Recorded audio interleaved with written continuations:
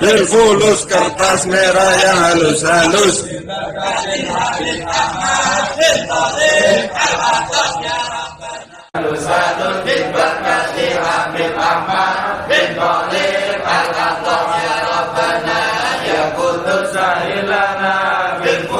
Kertas merah yang halus-halus berkati Habib Ahmad bin Thalib al-Atas ya Rabbana ya Qudus sahil lana bil fulus. Kertas merah yang halus-halus berkati Habib Ahmad bin Thalib al-Atas. Al-Fatihah.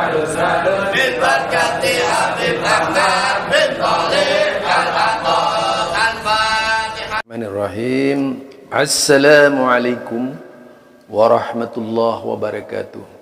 Kembali bersama saya Zulkarnain Al-Maduri.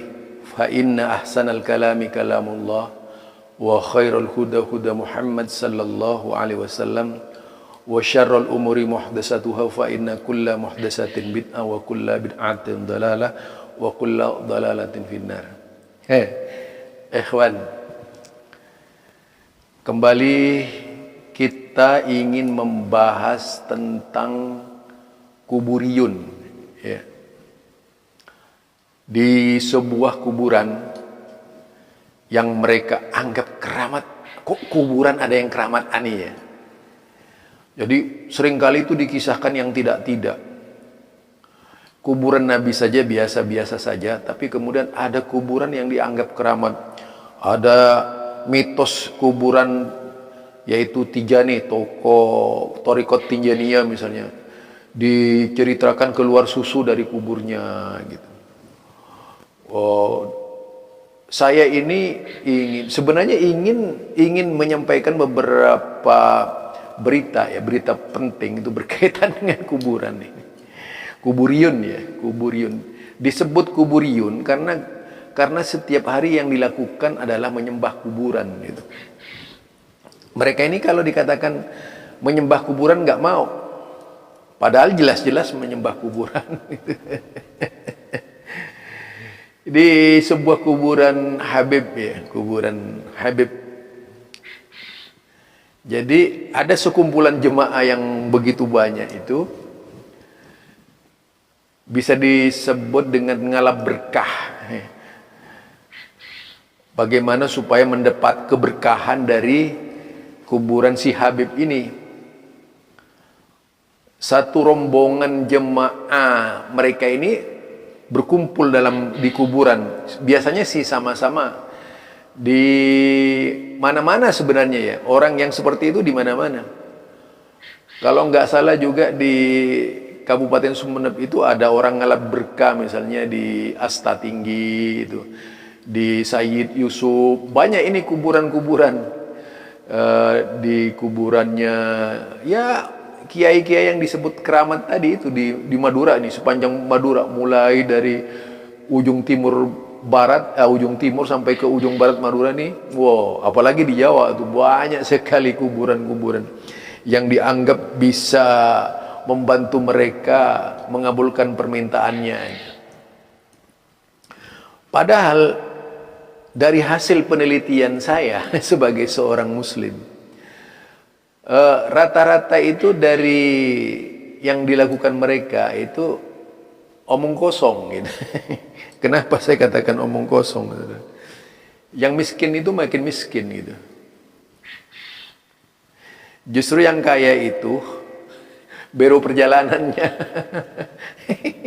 Itu yang kita perhatikan. Ya karena itu bisnis gitu.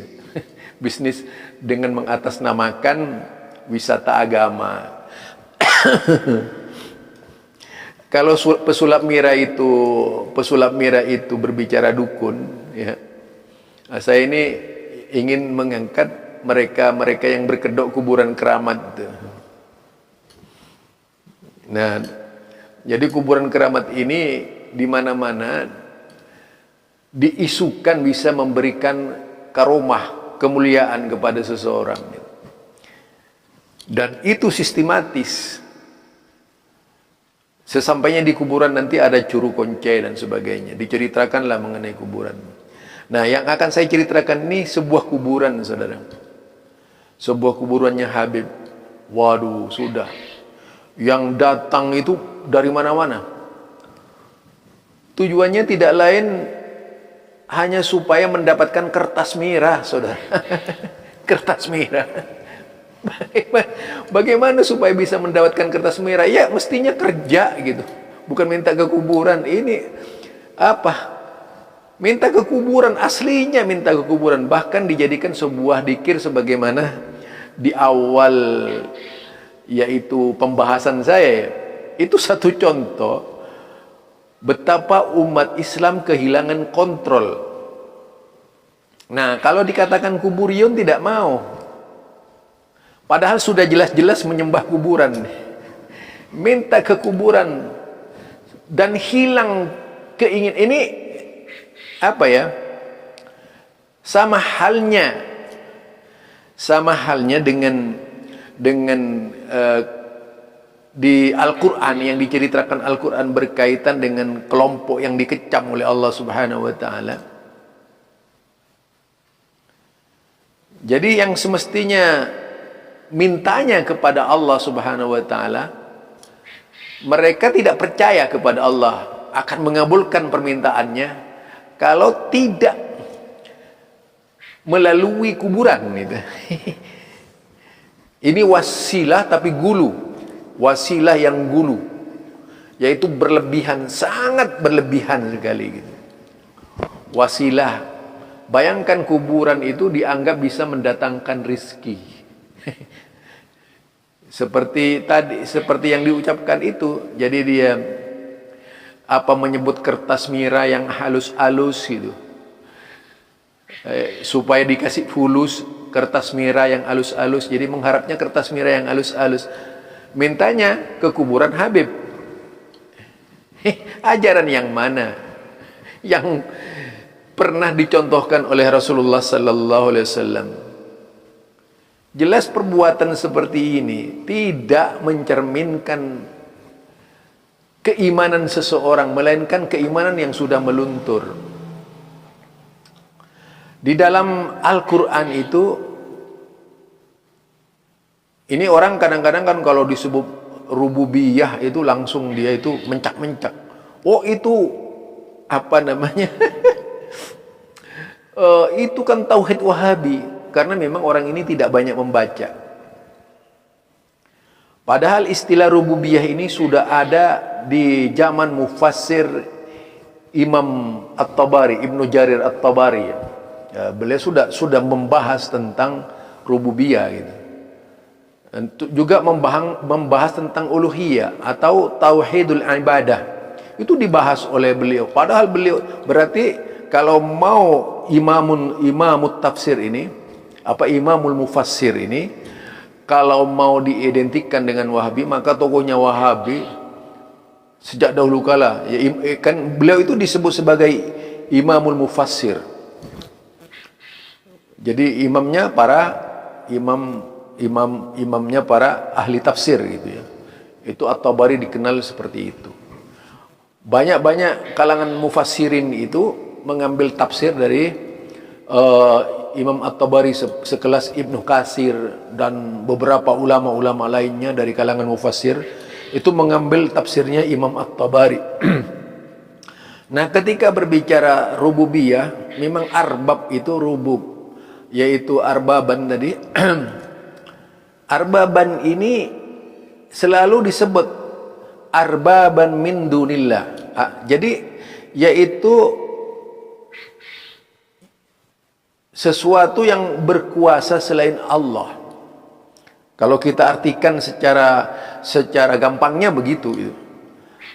Artinya bukan berarti langsung menjadikan dia Allah, tidak gitu.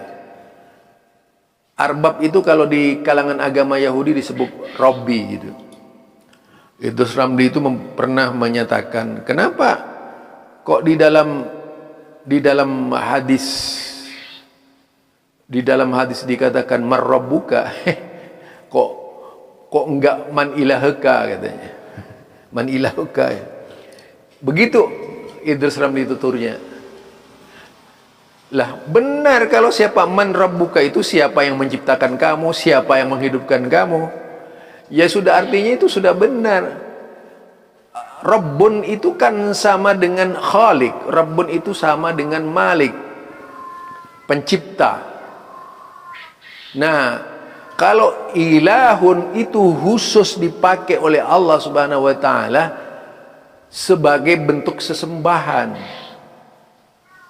Sampai di dalam Al-Quran disebutkan, afara'aita man ittakhadha ilahahu hawa. Tidakkah engkau lihat orang-orang ittakhadha ilahahu hawa, yang menjadikan hawa nafsunya sebagai Tuhan.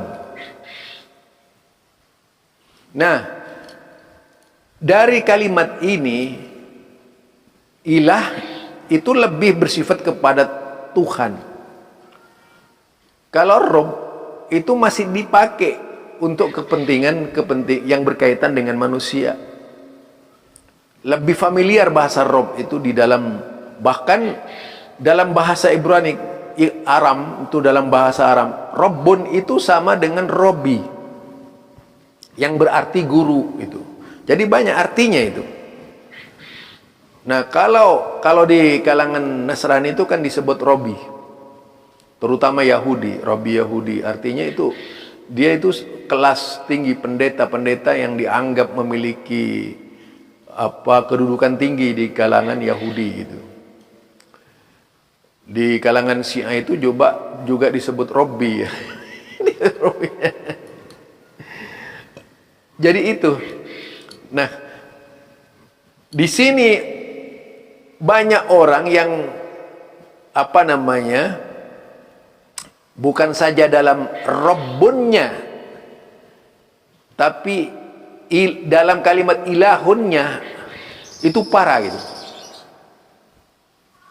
Dalam hal-hal yang bersifat rububiyah mereka syirik. Dalam hal-hal yang bersifat ta'abuti, yaitu uluhiyah, mereka syirik. Jadi di sini letaknya kalau berbicara tauhid kita ya, berbicara tauhid, mereka syirik. Kalau berbicara asma, as-sifat, was-sifat, memang Allah itu terdiri dari asma was-sifat. Jadi di dalam Al-Quran kita tidak melihat ada sejumlah sifat Allah Subhanahu wa ta'ala. Sebagaimana Nabi menjelaskan, Nabi itu kan menyebutkan walillahi, yaitu asma'ul husna, fad'uhu biha. Allah memiliki 99. Kalau di dalam sebuah hadis disebutkan walillahi tis'un wa tis'ina isman. Allah itu memiliki 99 nama. Man akhsaha, dikatakan itu dakhalal jannah. Siapa yang menghafal asmaul husna itu masuk surga. Jadi kalau sifat 20 kan tidak disebutkan. Enggak disebut. Tapi sifat 20 itu bahkan dianggap lebih mulia dari asmaul husna oleh mereka. Bahkan menjadi materi sifat wajib bagi Allah. Ini lucu mereka ini. Nah, kita kembali lagi kepada kuburiyun itu tadi. Jadi kuburiyun ini sudah kehilangan keseimbangan. Beranggapan bahwa batu yang mereka sembah itu bisa memberi. Hal yang seperti ini dilakukan oleh banyak orang sejak dahulu kala itu.